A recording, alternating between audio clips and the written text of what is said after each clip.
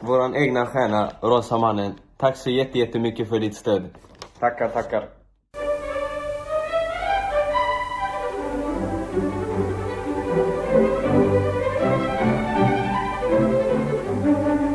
Science and Man, a roundtable discussion with some of the 1986 Nobel Prize science laureates. Your host is Bengt Felreich. Welcome to Stockholm and to the oldest parts of the city, right between Lake Mälar and the Baltic Sea. This is a tunnel to the Museum of Medieval Stockholm.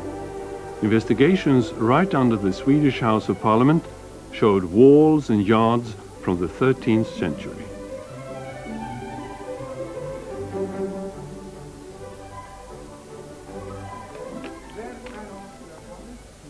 Well, people weren't that very tall during the Middle Age. This is a reconstruction of the medieval building site in Old Stockholm, where people worked together and constructed this house.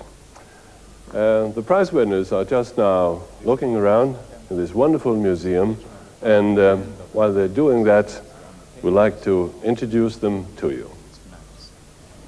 They started up here on the plateau. There are three laureates in physics. Professor Ernst Ruska from Berlin could not attend, we're sorry to say.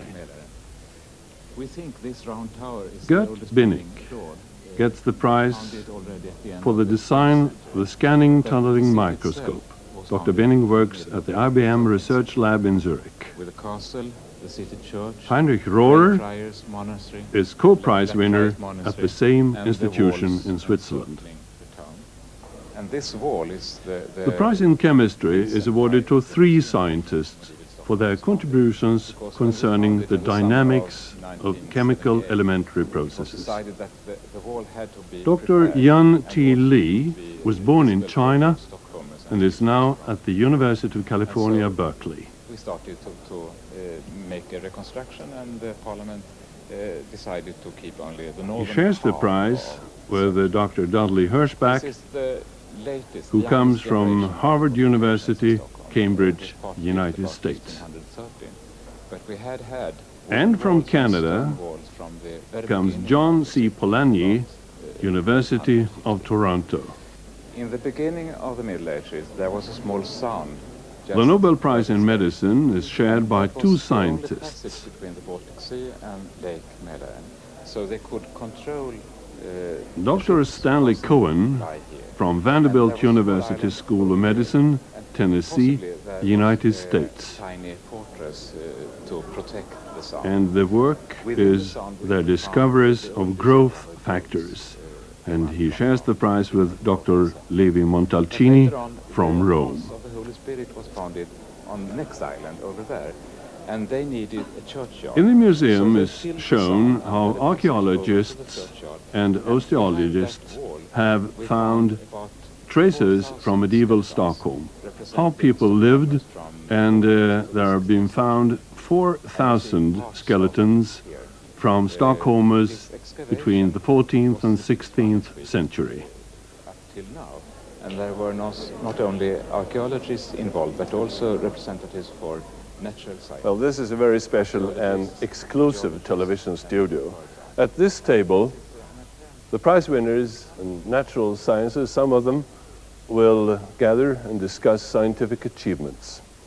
And the table is placed at a reconstruction of a market square of medieval Stockholm, where ideas were exchanged. But today, we have television cameras at this place to forward those ideas right on to you.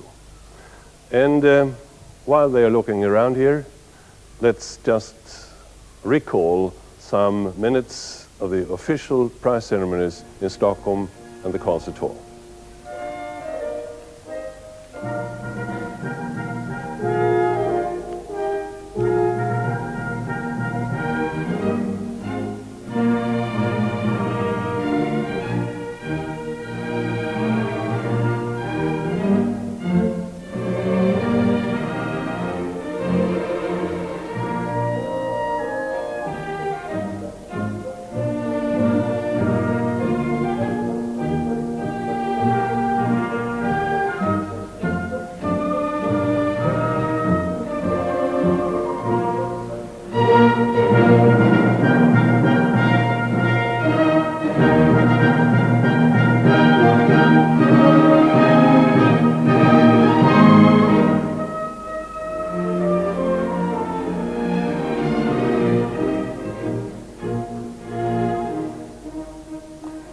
Yes, so that was the official part in the concert hall, and I think that you all remember those minutes for the rest of your life, don't you?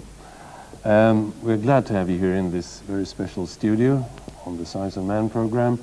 And for the last few years, we invited a young scientist, and she's going to introduce herself, please. My name is Bengt Felreich from Frösön in Sweden. I'm a 19-year-old medical student who've come to Stockholm this week to attend the Nobel festivities. And the reason to why I was selected for this program is that I've been participating in the University of Lund Summer Science School, which made me take a great interest in scientific research, and therefore I'm working a little with genetics in my leisure time. Okay. So we have, the first question is a medical one. Sitting here in this medieval part of Stockholm, reconstruction, we wonder, were the brains of the people at that time the same brains as we have today? And how did the picture of the world people have at that time influence their creative thinking? I'd like to put that first question to Dr. Livia Montalcini, please. My answer to this question is that it's no doubt that it's medieval times, the brain of people living then was exactly the same size as ours, and the power of intelligence was ours. However, they had a strong feeling for religion, mystic kind of attitude, which we do not have today, and is the basis of the tremendous artistical feeling, splendid work in art, which don't perhaps have the same feeling today for. So at that time, they invested most in mystic thinking, religion, and art. Now, and they didn't care for comfort, for that matter. We do care too much for comfort. They didn't. It was entirely indifferent for them. Pain, also cruelty from man to man. We are much more receptive now to this kind of thinking. Less religious, more technically minded, much less for artisans they were at the time. Mm-hmm. Is that a good change, Dr. Cohen? Well, I think it is good, just as everything else, are good and bad. Yeah. It is very good that we are becoming more technical minded and logical reasoning, but I miss the art. I would love it if we had a few Michelangelos around. And I do wonder sometimes just what it is that have brought up scientific advance now and Michelangelos then. Where are the present day Michelangelos, and where are the computer experts in the 1500s? What were they doing? Would like to have some answer, probably from the very technical people from Zurich. What do you think? I'm not so sure that it's a question of being good or bad. I think it's simply a question of necessity. I mean, something had to change, otherwise we couldn't feed the people nowadays. I mean, I don't know, Zurich or Stockholm maybe had at that time 20,000 people, now there are 600,000. So a change was absolutely necessary from one way of thinking to another way of thinking. I think that goes parallel with the evolution of society. Dr. Polanyi? Oh, well, I can disagree with that. That's what we're here for, perhaps.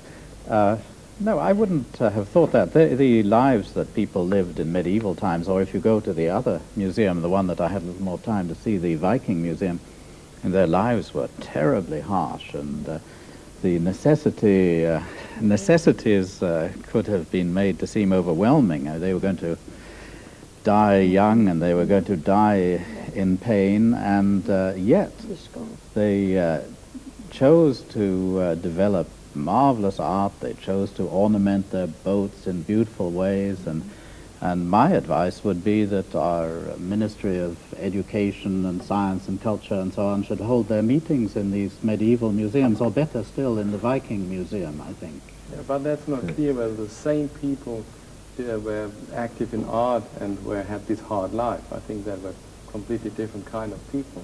The ones who really could care for art, I think they had quite a nice life, and in a way of being relaxed and don't have to work to survive. So in this sense, it might split, and I think that happens also nowadays. I mean, some of the people concentrate on working with their brains, and in this respect, they really develop, I would say, a little more than in the past, because we now, and it was always the case, develop models how to think. And the number of models that are created increase every year, every day. And so in this way, we might use our brains a little bit more active that has been done years ago, or millions of years ago even, if we go to the extreme. I think this is very right too, because environment changes all the time, and with that, of course, the nature of our contributions too, because we are so much influenced by our environment. Well, that means people born in China would think otherwise? We have to ask him. Yes. Well, certainly, the society is continuously changing, and especially a person will face different environment, especially time and space. If you compare the modern society, we depend a lot on the information provided by others. Look at TV, or look at the book, read the book, and lots of people give you information. And you learn to process all those information. So the usage of brain seems to be somewhat different. Long time ago, say 500 years ago, an artist or a scientist depends so much on their own observation. So when you look at art, you're really impressed. Such a penetrating way of looking at things. So many years ago. I want to come back to the attack, because I think it's extraordinary that in this world of great ease and comfort, where we live long lives and suffer rather easier deaths than in the past, that we spend so much of our attention thinking of society as a device for creating more prosperity, or actually as a device, being obsessed with armies and defenses. I don't think anybody would have predicted that if they had if they'd been sitting around this table, a group of Vikings trying to guess how we would spend our time if we were 1,000,000 times richer than they. And I don't think they would have guessed that we would choose to spend our time, I think somewhat foolishly, in trying to be, in rich countries even richer, and to increase our armaments to the level that we do. And the fact that it strikes me that is appropriate to emphasize is that I think the brains are the same today, but what is so different is over the time we have new ideas in those brains and inventions. Those are the things that change society enormously. You can trace through history the impact of these ideas. Something like the Industrial Revolution, for example, totally changed the capacity to support a certain size population. For good or evil, whatever the result is, it changed it dramatically. So I think you could think in a very simple-minded way, too simple, but still a good first approximation, that the hardware, the computing equipment, the brain is essentially the same, but the software, the ideas that have gone in, have over time followed a certain evolution, and that means we are thinking and doing things in really a totally different way than the medieval age. But if you gain something, you always lose something at the same time. I mean, that's a good example is for this information, this flood of information. I mean, it's used really lots to the worse. I mean, for instance, television. So many people just look at all this information they get from television. It's for no good. Also, we hear now on television. I have to say that. This is good. It means that we have to program in proper software to filter much more effectively than in ancient times. You need the information to find what information you need. Yes. Yeah, you mentioned about software has been changing, but in order to cope with the change of the software, I believe that we are not smarter, but the function of our brain is somewhat different. We have much more efficient processor, process all the information and synthesize the picture and come to certain conclusions. And that probably would be very different from people many years ago. And maybe we are also more specialized. I mean, And we have the privilege of people before us. We have the heredity, which is only cultural, which they didn't have. Tremendous amount of information came to us from the past, and not only from the present. They didn't have as themselves a very practical. No one or very few had, and it was tremendously small as compared to what we have access to from a very early stages. And this is what makes a great difference, is the cultural background, which was missing at the time. Mef, do we have a question to any of these laureates? I read that this year's Peace Award winner, Elie Wiesel, he has said that he doesn't believe that prizes can validate work. And he looks upon receiving the Nobel Prize as getting a better loudspeaker for his ideas.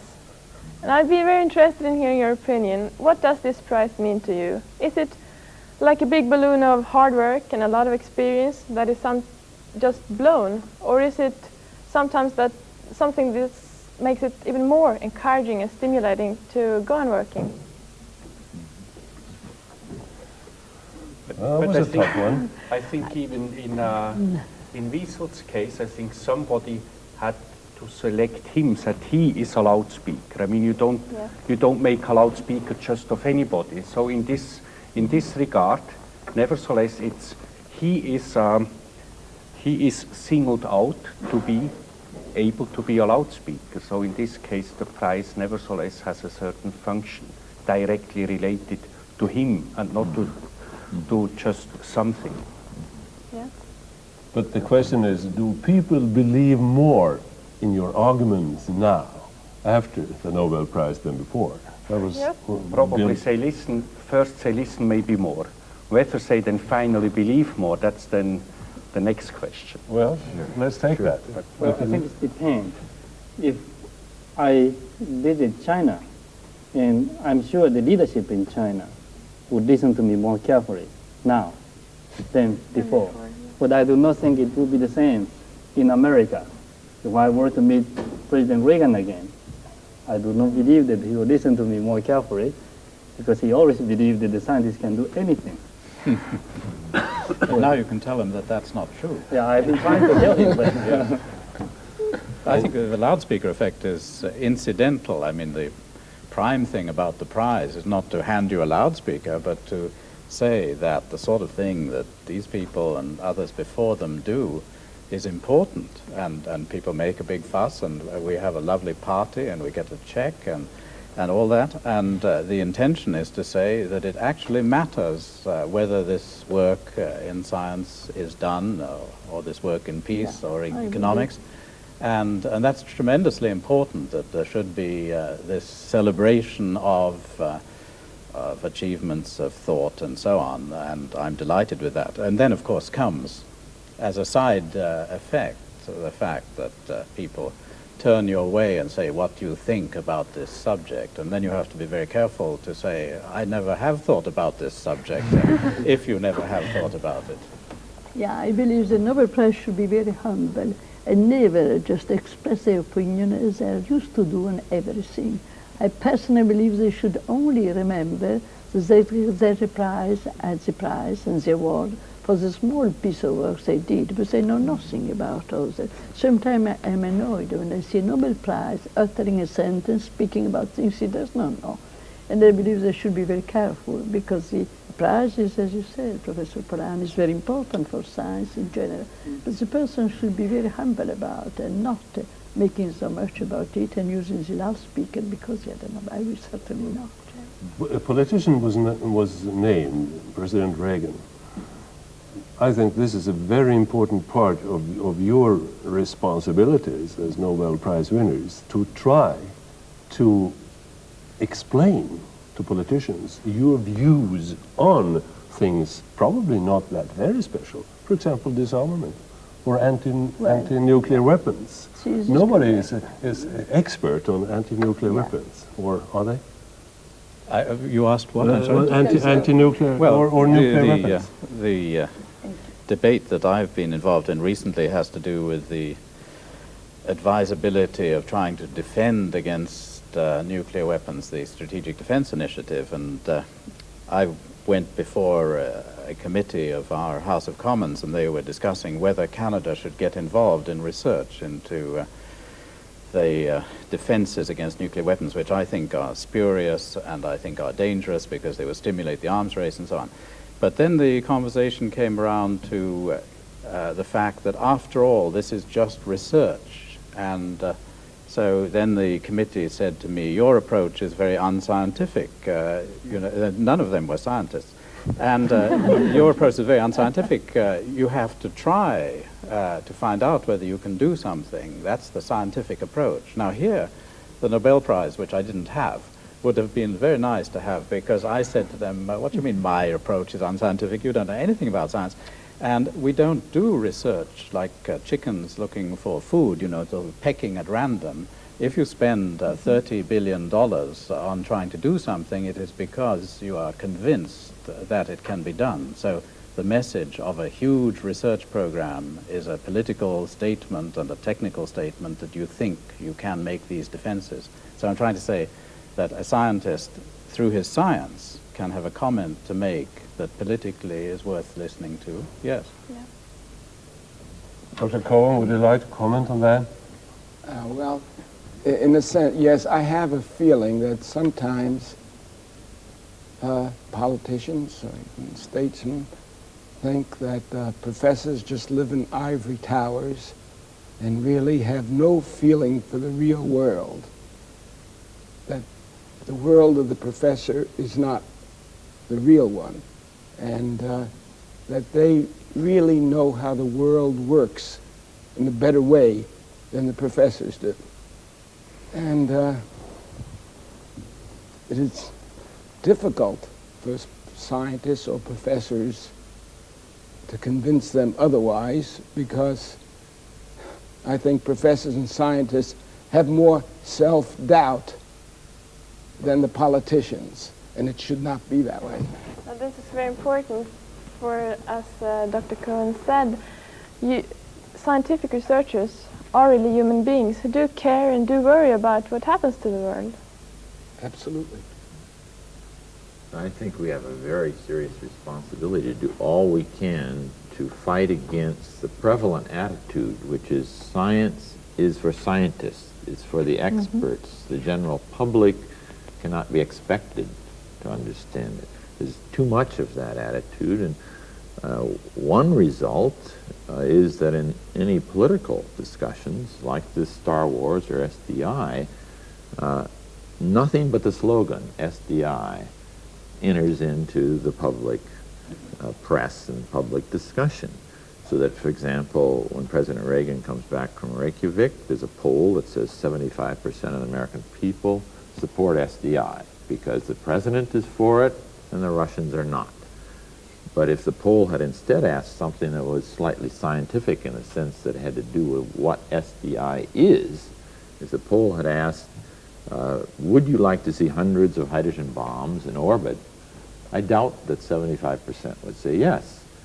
But that kind of thing, the actual scientific proposal that's involved in this SDI project, is not discussed because the press seems to assume that that's technical.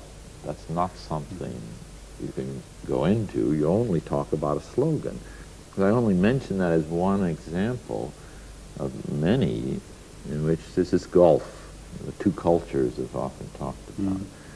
And I think that as scientists in classrooms, in our roles as professors, or before microphones, as Gert said the other day, spent years with microscopes, now he's going to spend years with microphones.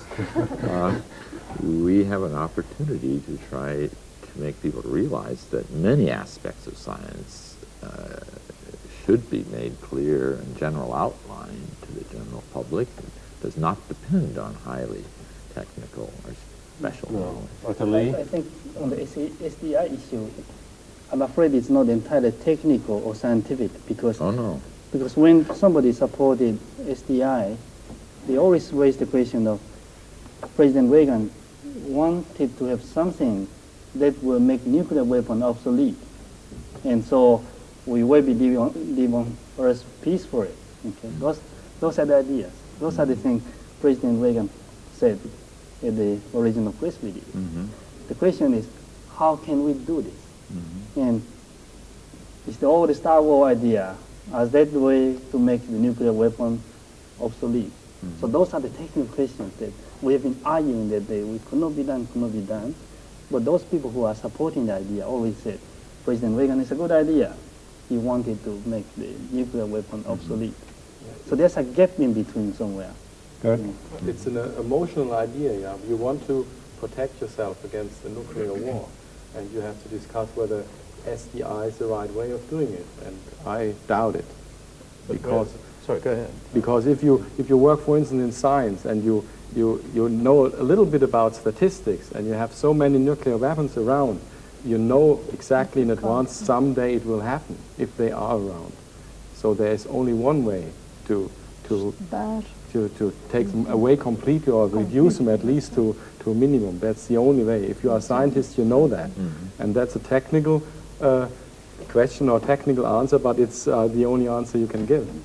I was just going to interject that, where our expertise, so to speak, it's not really our expertise, it's our life experience comes in, is that when you get into those discussions, the people who are pro-SDI say to you, but all right, you're a scientist, show me something in the laws of physics that would make it impossible to build a screen that would stop all incoming nuclear weapons.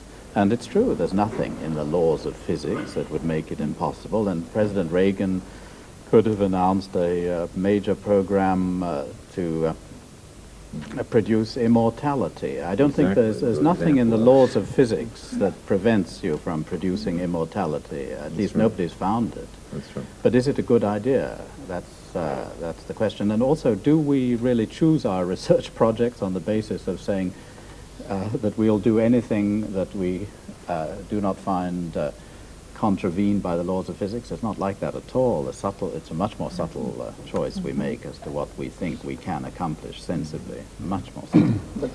Yes. But if a politician were to ask you and said, if you do something to stop the war, to make the missiles, the nuclear weapon obsolete, would you do it? And you certainly said, oh yes. You will, right? Yes. And then politicians said, look, scientists are so brilliant. Look at the tunnel and electron microscope. Look at all the development. Scientists can solve all the problem for us. Right? Then we are in the position to say, no, we are not that good. Right? We are That's what I meant. That's why you still have something very important to say to President Reagan. Right. It will come to the question of science and technology. Do those people really know science or technology? Do those politicians know science or technology? The question is, no, they don't really understand. I think we'll send President Reagan a tape of this discussion and leave this question now and take up another one. This is a classical and traditional question who several lawyers before you have had to answer. Do you believe in scientific intuition? And if so, how would you define it? Statistics or not? Oh, it has probably a lot to do also with statistics. Yeah. Well, intuition, I guess, is something that has nothing to do with logical thinking. It's just something that's in your subconscious mind. And I guess the subconscious mind is a much more intelligent part of our mind than compared to the just logical thinking on your conscious mind. In this sense, I believe very much in it. I think it's the most important part of us, the intuition. I do believe that it would be no science and no progress even in art without intuition. Intuition, I agree with you, is a subconscious which all of a sudden come out, how to clear sky to you, and is absolutely a necessity more than logic and anything else to make a work of art in art or in science. Are you born with it, or can you train it? Yes, I do believe you are born, but dedication has a great deal to do with it. As more you are dedicated, and the more you think without even thinking that you are thinking, and the more intuition will work beneath, and all of a sudden comes out in the clear night or any moment. I do believe that many times this experience. You are born, to some extent you can improve your intuition by tremendous dedication and enthusiasm. It's something which I do believe is not really yes or no, that somebody is born with intuition, some is not born. But it's the amount of interest, enthusiasm and dedication, and then it works by itself. In this deep, you are not even aware of it. All of a sudden it comes to you an idea, and this comes from the fact you are entirely unaware of, I do believe. I believe that to some extent you can have a child which is not intuitive at the moment, but the more you instruct him to think and to love a field, can be, of course, you cannot become a mathematician if you are not born with special circuit. But anything else, yes. I do believe that there are some kind of art, like music, like mathematics, which require really a heredity and particular gift which not every one of us has. Dr. Rohrer, what do you think about this intuition question? I fully agree with Gert, and I think which what has been said. We always have to make steps without seeing the logical consequence from one step to the other. And very often we can follow the logic backwards once we have made the step. Probably always can.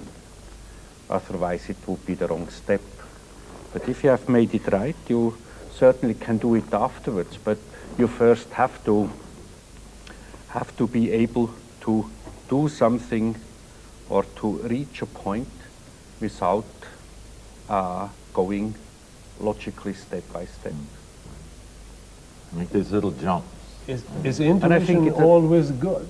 I mean, intuition, oh, that's lovely. Oh, could intuition sometimes be bad? Well, in the sense that you may go in the wrong direction because your intuition made the wrong choice. But I don't think it's ever bad in the human sense. That is, it's so important to be excited in science. As you were saying, when you are struggling, groping for something, you see, so many people think that scientists wear white coats and know exactly what they're doing, and everything is under control. But in fact, the really enterprising work is work where you do not know what you're doing. You are groping in a new direction. And that's where intuition flashes up, and you have a feeling, a very strong, intense feeling. This is the right idea. Even though you can't prove it, you made quite a logical jump. So you eagerly go after it. But you're not really worried if it's wrong, in the sense that it's not quite the right idea, or maybe completely the wrong idea. Because the great thing about science is the truth waits patiently for you. It doesn't change. So sometimes if you go off in the wrong direction, you see better where you should have gone. I do believe you don't speak of intuition when it came out wrong. You always speak of intuition only when it came out right. If it came out wrong, you say no intuition and you just forget about it. But when you speak of intuition, it is because it brought you on the right track. So it's not only intuition. Thank you. Dr. Polanyi. Well, I don't know if we want to pursue it further, but yes. I'm the sort of bad boy of the group, and I mean, I don't speak of intuition at all, because to me it has a magical overtone. Mystic. Well, no, I mean, I think you have to be born, if you can, with some intelligence, but not with intuition. And I would replace intuition by insight, and insight is something that you develop as you live, and it is based on your whole world view. I mean, and when I mean, leaving this century and going back to Isaac Newton, who allegedly made the link between the falling apple and the pull of the Earth for the moon. It wasn't, in my view, intuition that led him to that, but it was a worldview. He was, incidentally, perhaps, a very religious man, and he thought that the Creator, after all, had one mind, not several, and so that the elements of this grand design must be all intimately linked, and what the apple did and what the moon did were part of the same picture. And so that's not, to me, intuition. It's insight. It's a view of how the architecture of the world looks.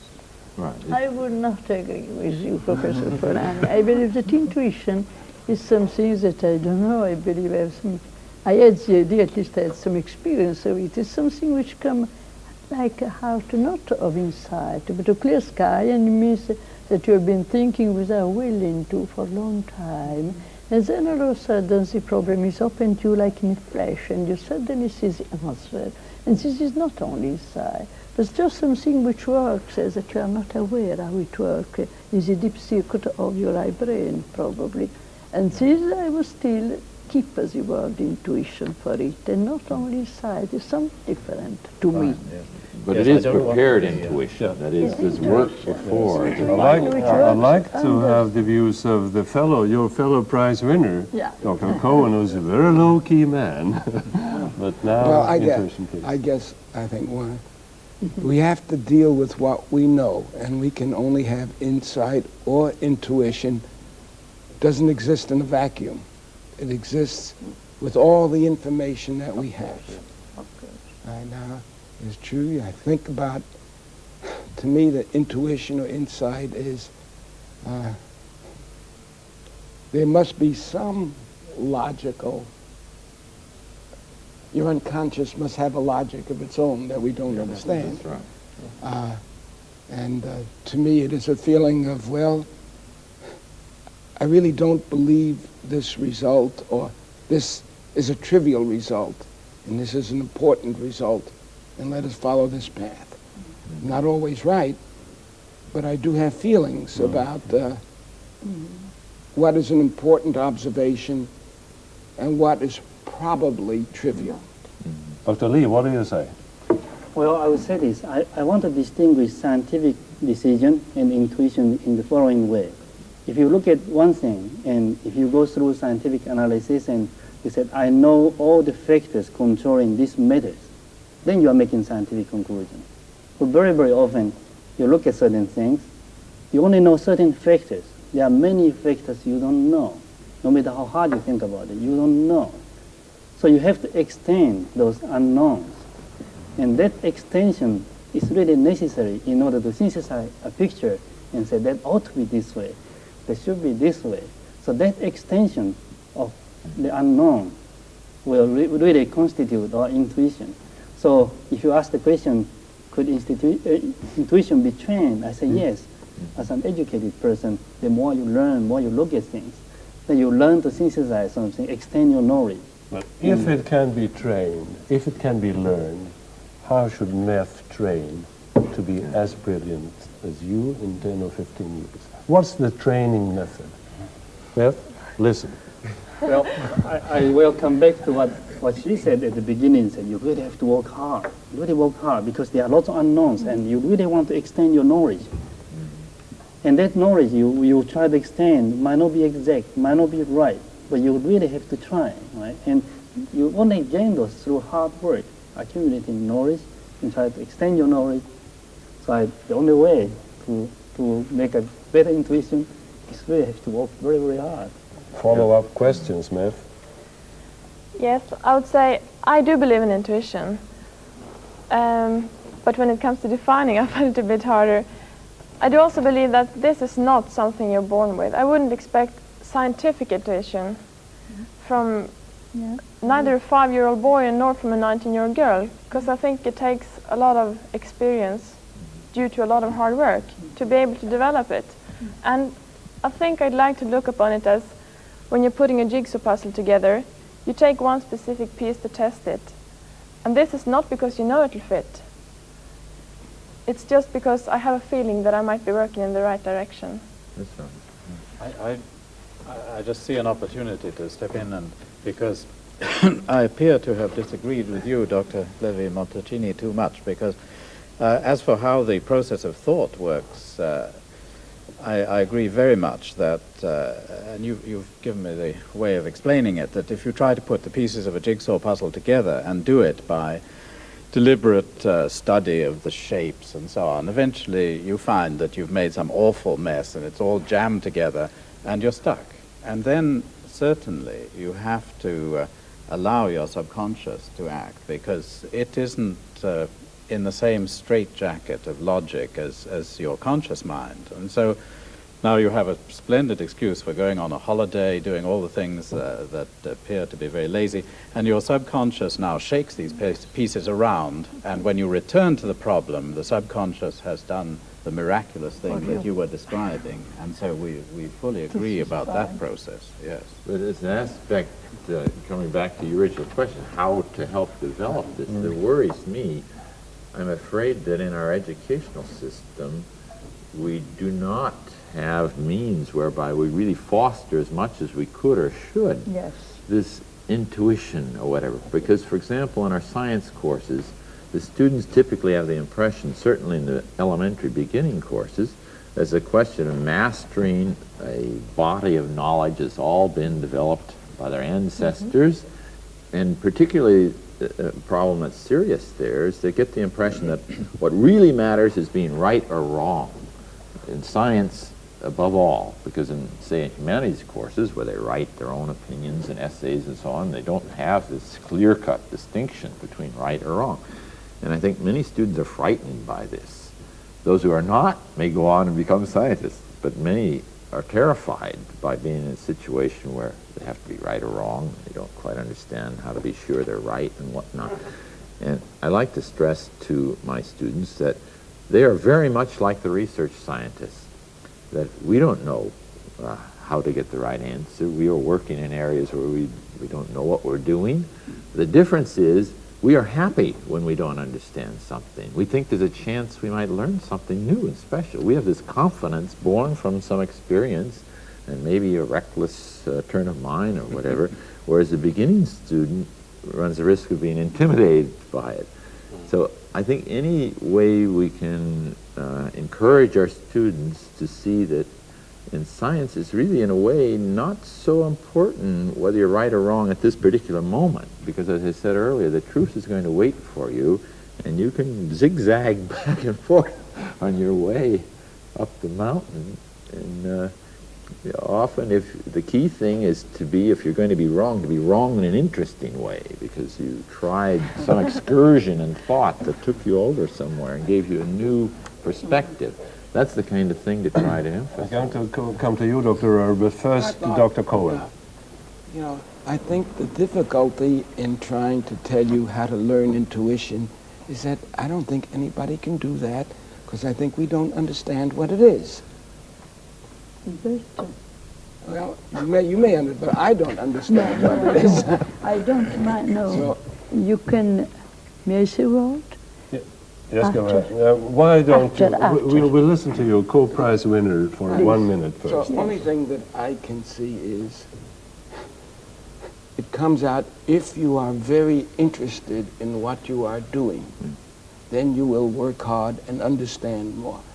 But you must be interested, and the intuition comes with the interest in some way that I don't understand. So be interested in it. Do you have a greater possibility to develop intuition than I have, being 19? With a lot of experience. Well, your intuition works on what you know.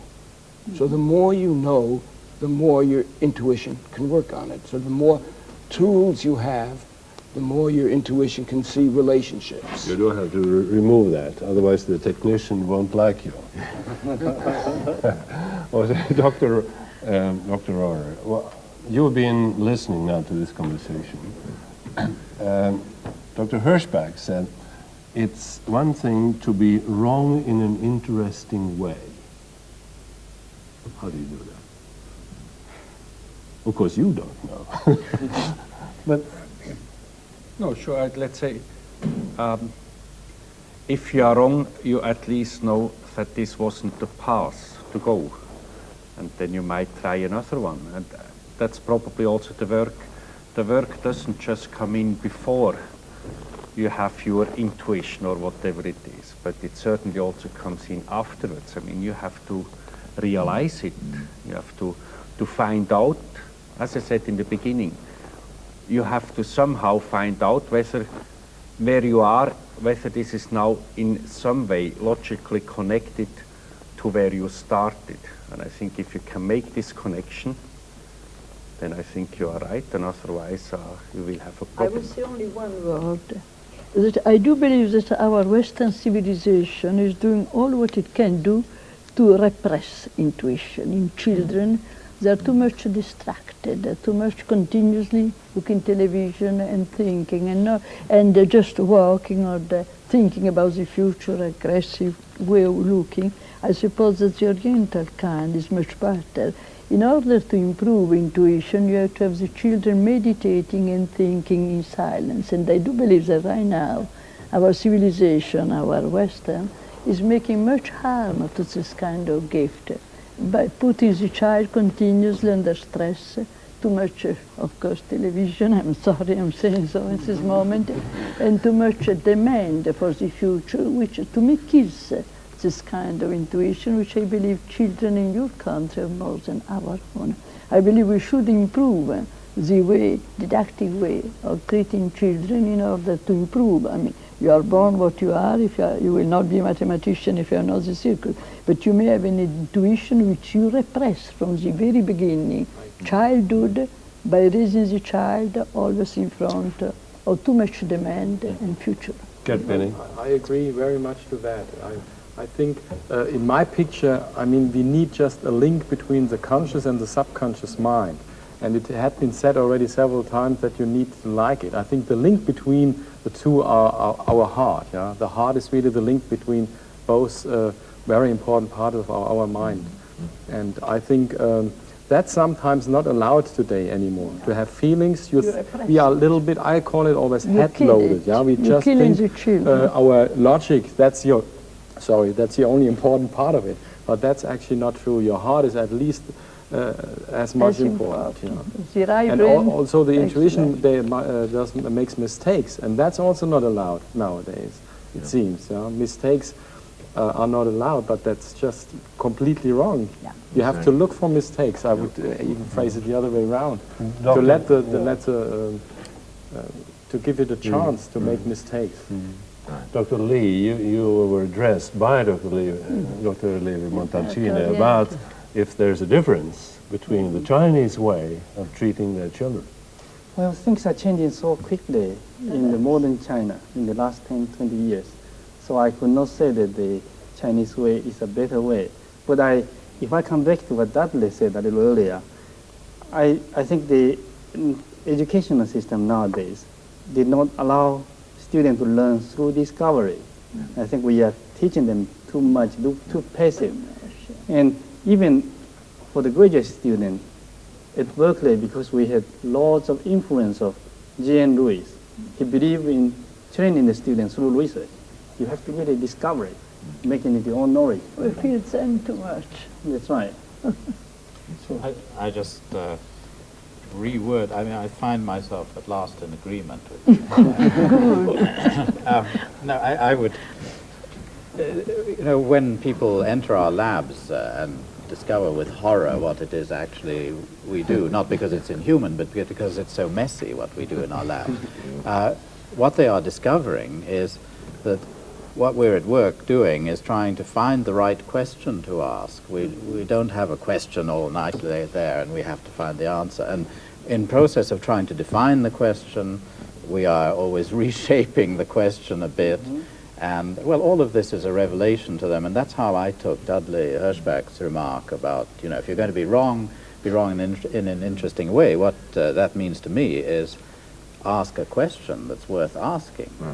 And really, that's how I take your remarks, too, that framing questions is the thing that young people have to learn, and they get very little help. I absolutely agree with that. once I know what to do, then it is easy to do it. Trying to figure out what to do is the hard part. The right question. But people think creativity is finding the right answer, but it's finding the right question. Exactly. It's like in journalism. Yes. But it seems to me there may be, Go ahead. there may be another connection with art, because we've several times referred to conscious versus unconscious, logical versus intuitive and emotional. And I have the feeling that, again, in a crude approximation at least, it may be connected with the left side of the brain, which is processed for language and logical arguing, and the right side, which has this more artistic recognition of relationships and so on. And I myself have experienced to some extent what this can mean. There's a book, a drawing on the right side of the brain that teaches you some simple exercises that guaranteed to improve your ability to draw something. And for instance, one is to take a complicated drawing upside down, and then the left side of the brain can't make any sense out of it, so it turns off, and the right side is allowed to draw what you actually see. On the other hand, if you draw it right side up, the left side immediately characterizes things by symbols, and you wind up drawing the symbols instead, because the left side, through language, has become dominant. So I think a lot of the intuition and all this, and the recognizing relationships, has to do with using this other side of our brain, which in the medieval age may have been the more prominent one. More than we do. And we really should seriously think about this for our educational system and things related to it. This may not be right. It's crude, rough approximation, but it might be a wrong idea in an interesting way. You've just solved a problem that's worried me all my life, and that is why if you bend over and look at the view through your legs, it looks so much more sparkling and exciting. And the answer is that you have removed all those boring and irrelevant elements of logic, that, you know, that's a house and that's the path to it, and you're looking at the symmetries instead. There are studies that show that most of us draw the way we did at 10 years of age.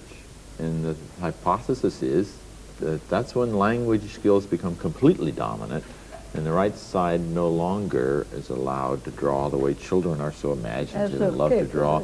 And we wind up being stuck with this, only those symbols that we learned to draw at that age and not since. We favor the left brain too much. Too much, that's exactly it. Too much in our culture, our education system. This logic and language in our own civilization. So if you use both sides of your brain and you get very excited on both sides of your brain, I'm sure you're going to make it. That was a message to you. We have 5 minutes to go in the program, and if you would like to use those 5 minutes. We've discussed art a little in the end here, and I know that Dr. Herzberg is usually having his students writing a poem.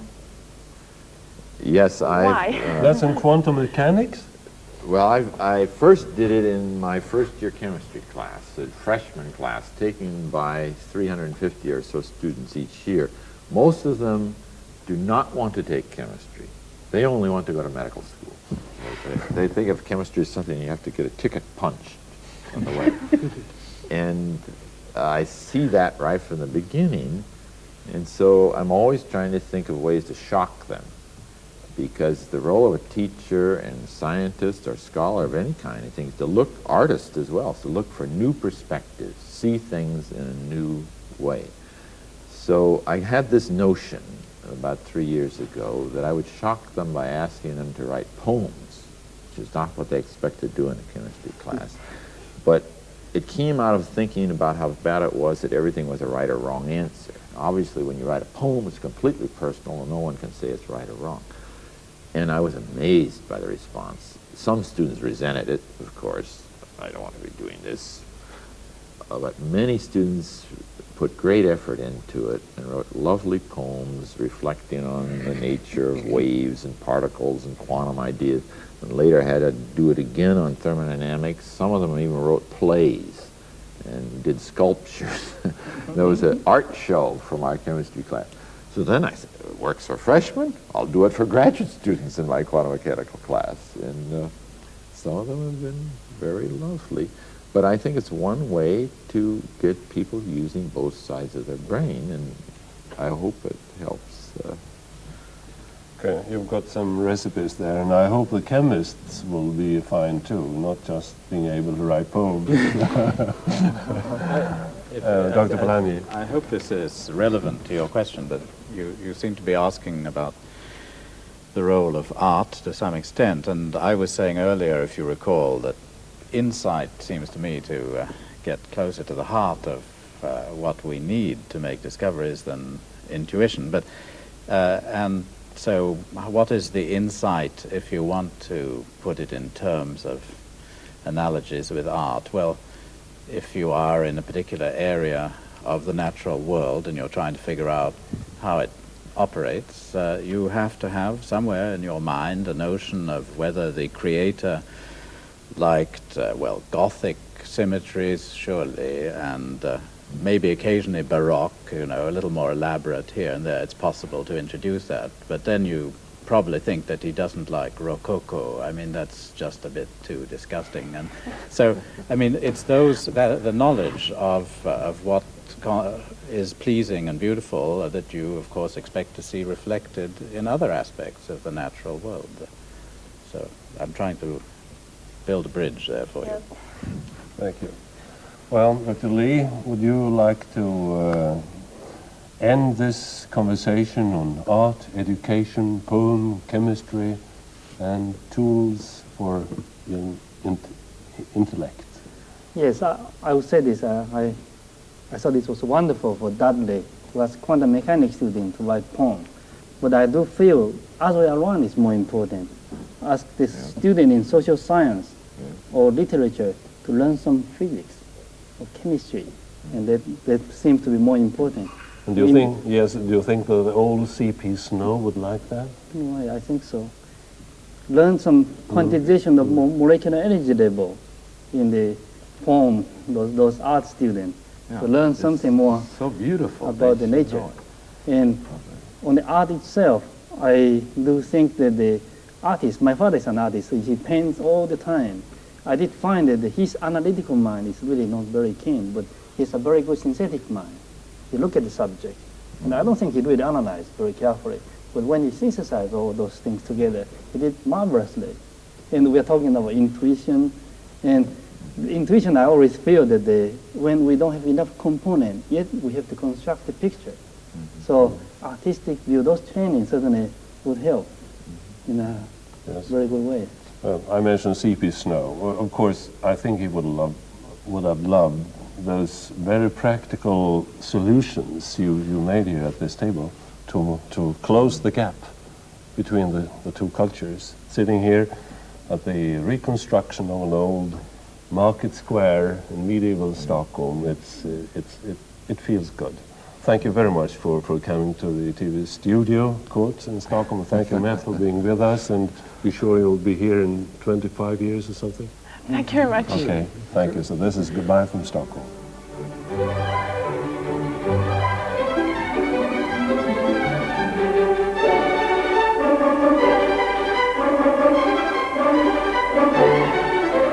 Thank you.